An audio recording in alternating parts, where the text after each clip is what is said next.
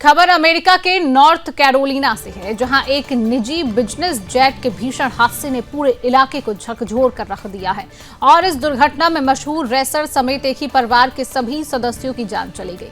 America के north Carolina राज्य में एक private business jet take off के तुरंत बाद दुर्घटनाग्रस्त हो गया। यह विमान जमीन से टकराते ही आग की लपटों में घिर गया, जिससे विमान में सवार सभी 7 लोगों की मौके पर ही मौत हो गई। दरअसल north Carolina state highway petrol के अनुसार यह बिजनेस जेट स्टेट्सविले रीजनल एयरपोर्ट से उड़ान भरकर फ्लोरिडा के लिए रवाना हुआ था। विमान ने सुबह करीब 10 बजे उड़ान भरी थी। टेक ऑफ के कुछ ही समय के बाद पायलट ने विमान को वापस एयरपोर्ट की ओर मुड़ने की कोशिश की, लेकिन इसी दौरान विमान नियंत्रण खो बैठा और जमीन से टकरा गया। वास्तव में यह विमान शार्लोट में लगभग 45 मील यानी करीब 72 किलोमीटर उत्तर में स्थित स्टेट्सविले रीजनल एयरपोर्ट से उड़ा था।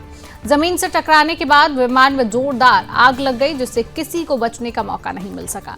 इस दर्दनाक हादसे में ग्रेग विफल की भी मौत हो गई है। उनके साथ उनकी पत्नी क्रिस्टिना, उनके 5 साल के बेटे राइडर और 14 साल की बेटी एम्मा भी विमान में सवार थे। अधिकारियों के अनुसार विमान में मौजूद सभी 7 लोगों की इस दुर्घटना में जान चली गई है। जानकारी के मुताबिक यह बिजनेस जेट सेसना C550 था। यह एक मिड साइज बिजनेस जेट है, जिसका इस्तेमाल दुनिया भर में किया जाता है और इसे एक भरोसेमंद विमान माना जाता है। यह विमान ग्रेग विफल की कंपनी के नाम पर पंजीकृत था। हादसे के समय मौसम को लेकर भी जानकारी सामने आई है। बताया गया कि उस वक्त इलाके में हल्की बूंदाबांदी और बादल मौजूद थे। हालांकि अभी तक यह स्पष्ट नहीं हो पाया कि मौसम हादसे की वजह बना या फिर नहीं।